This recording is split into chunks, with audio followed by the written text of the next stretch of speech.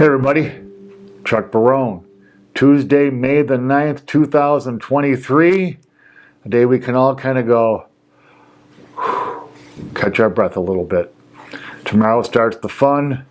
So today the market's just kind of drifting, waiting, because all the stuff happens tomorrow, starting tomorrow. So anyway, markets, before we get into anything, of course, let me welcome everybody to the show.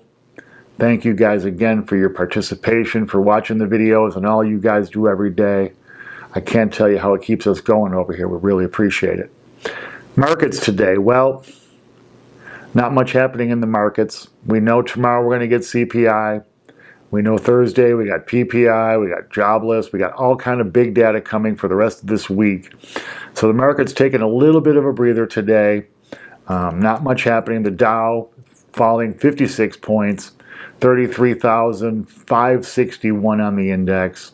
The S&P down 18 points, 41.19. The NASDAQ down 77 points at 12,179. There's a lot of uncertainty right now. Everybody holding their breath to see what's going to happen with these inflation numbers. So the market waiting. Bond market, same thing today. Very little action in the bond market. The 10-year unchanged today, right? So we've seen this gigantic volatility. Today market's flat. 10-year 3.52 unchanged. The 2-year up 1 basis point. That's it. 4.03. Bond market's just flat. Nothing happening. Dollar up very small, but fractional. 101.64 on the index. Not much happening with the dollar.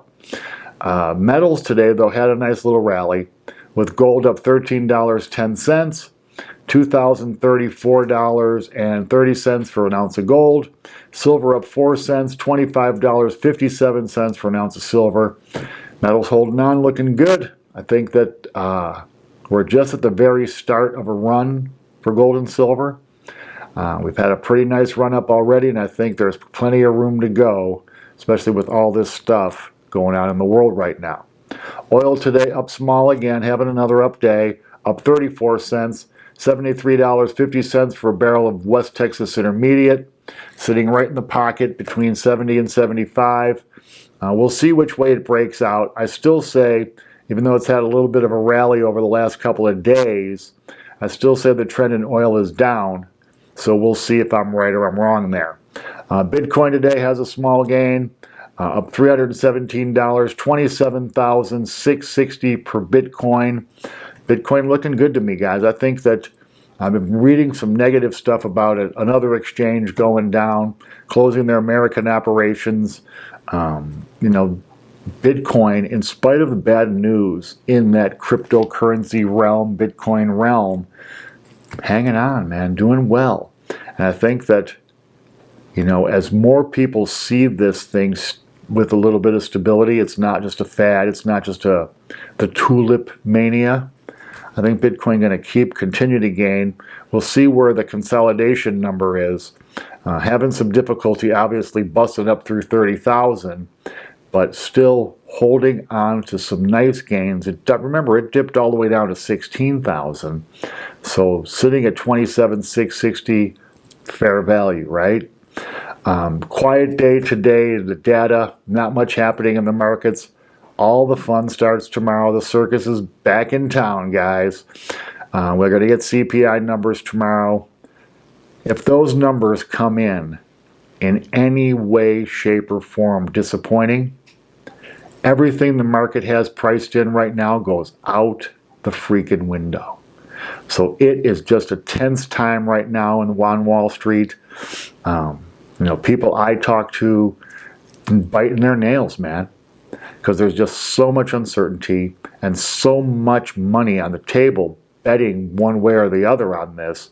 But I thought what I would do today is give you guys a little bit of a refresher on the last time we had inflation like this, how it worked out, some of the stuff we're dealing with now, just a general kind of, let's put it all together since there's not much data to discuss. But I wanted to talk about this inflation. Now, inflation started running up right with the pandemic. Government handing out money, printing money like crazy. So we've been, 3 years or so from around 2020. till now of this inflation. The numbers really start showing up, obviously, in 2022. But nonetheless, the foundation for the inflation was laid with the pandemic. Now, remember last time we had an inflation situation like this. The inflation really started sparking in the 60s with the Vietnam War, Lyndon Johnson's programs for the Great Society he wanted to do, his war on poverty. So he was trying to have it both ways, like our government has ever since, pretty much, where you're going to be able to still, invest trillions of dollars into your military and foreign adventures, and at the same time have a robust social program going here home domestically. Didn't work out great then, hasn't worked out great again. But back then, so around 68 was when the inflation really started to be noticed. That came then in 68, the election, Johnson's out, Nixon in. Nixon goes right to work fighting this inflation, put Arthur Burns as the Fed chairman, and his job is to get the price is stable, get the dollar stable. Well, guess what? Didn't do it. Didn't work. Paul Volcker, so his tenure as chair was a failure, really, because he thought he had inflation licked. He started to soften rates, pausing on raising rates. Inflation comes roaring back. So there was so many stops and starts in the inflation fight, so many declarations of victory that weren't victories.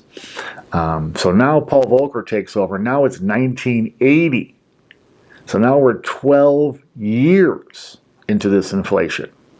Volcker really goes to battle against inflation, forces 2 recessions over the next 6 years, back-to-back recessions, pretty ugly ones, unemployment over 10%, raising the Fed funds rate, the overnight rate, to 17% to finally beat back inflation. Now, the inflation numbers then were much higher than they are now, or were reported more honestly. Pick your poison. But the idea that we're going to now have this one round of rate increases and raising rates basically from zero, and now we're going to do away with inflation, I think is a little bit of a pipe dream, guys. If it took them 18 years last time, are we really that much smarter? Really? Does the government just that much more clever than it was then? Is the Fed chair, is Powell better than Volcker or even Arthur Burns? So this idea that this is the end of it, I would bet money the other way, because the probability says we're going to have some setbacks, right? So now you add in all this other fun stuff, right? You got the banking situation, and we know that as much as they want to gloss it over, not report on it, we know what's going on there, okay? And it's only going to get worse, because once the market understands that they're not going to get their rate cuts, rates are going to spike again. We know commercial real estate is on the verge of collapse.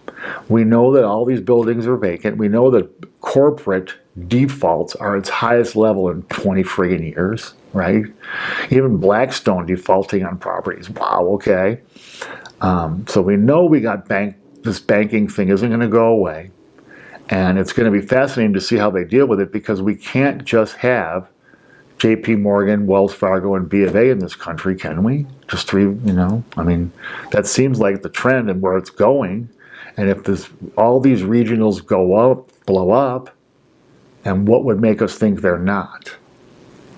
Their collateral bonds are all still underwater.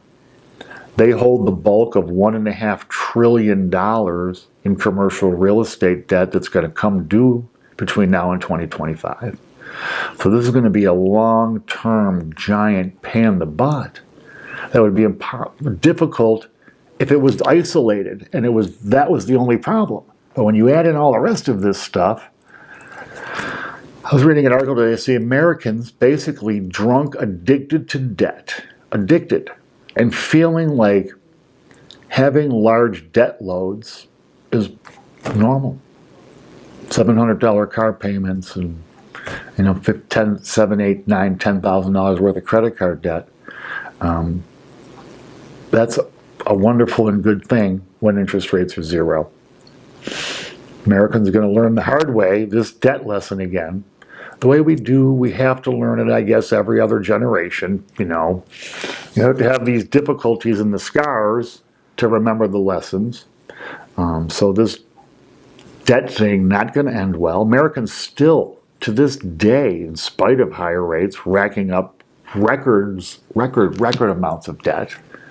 So this debt bubble thing, just not, how is that going to end well? Americans are going to suddenly come to their senses and start paying debt down? Stop taking on new debt? Maybe a few people listening to this show will, because we've been preaching that since day one, but, just not likely that that's going to be the majority, is it? We know we got commercial real estate, the difficulties there. We've talked about it on the show.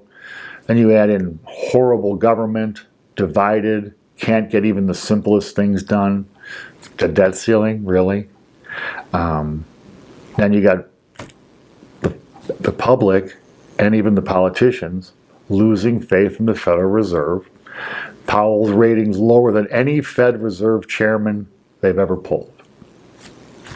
So you add all that up. Not going to be a happy ending here, guys. So what's next, right? So the first thing is understand the easy money, the days of 2 to 3% mortgages, the days of, super cheap loans on everything. That's done now. It's not going to, they can't continue that. So that's all over. You add in people's behavior toward debt is going to have to change, and that's going to be quite another project. The only way people are going to learn that is the painful way. They're going to make debt expensive to force this change. And if people are going to still take debt on, that's where they want you, right? They want you to be a debt slave. Now you got governments and corporations encouraging people to take debt on. Even now we got, people buy now, pay later for groceries, for gasoline. They want to keep the consumer as 70% of the economy. So if the consumer has no money, they need to lend them the money to keep the economy going. It's this fake-ass economy where we don't make anything, we just spend money. Now you got inflation, which we're thinking we're going to get rid of in 3 years, but took 18 years last time.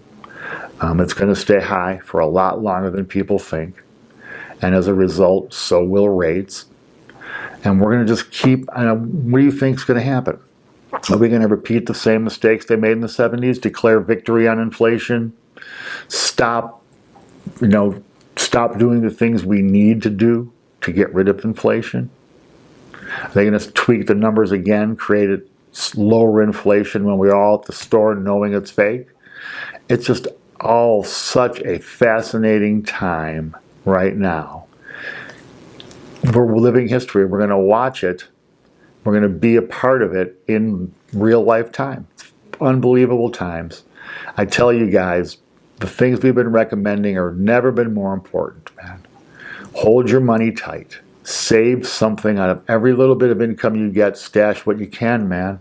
Stash some money. You'll be glad you did. Okay? Try not to take on new debt if you can help it. If you have existing debt, especially credit card debt, do what you can to start paying that down, even if it's $5 or $10 extra. Do it. You'll be glad you did. Right? Spend your money prudently. Invest your money conservatively. These markets, we've already seen these gyrations. Be very, very cautious right now, guys. Tough times are coming, man. All of this, point me to something good that's happening right now. And I'm not even adding in geopolitical stuff, the whole world getting ready to gang up on the U.S. I'm not talking about an election next year, which always skews everything. Incredible times. We're going to always bring you the news you guys need. But please, guys, do the things you need to do right now to protect yourself.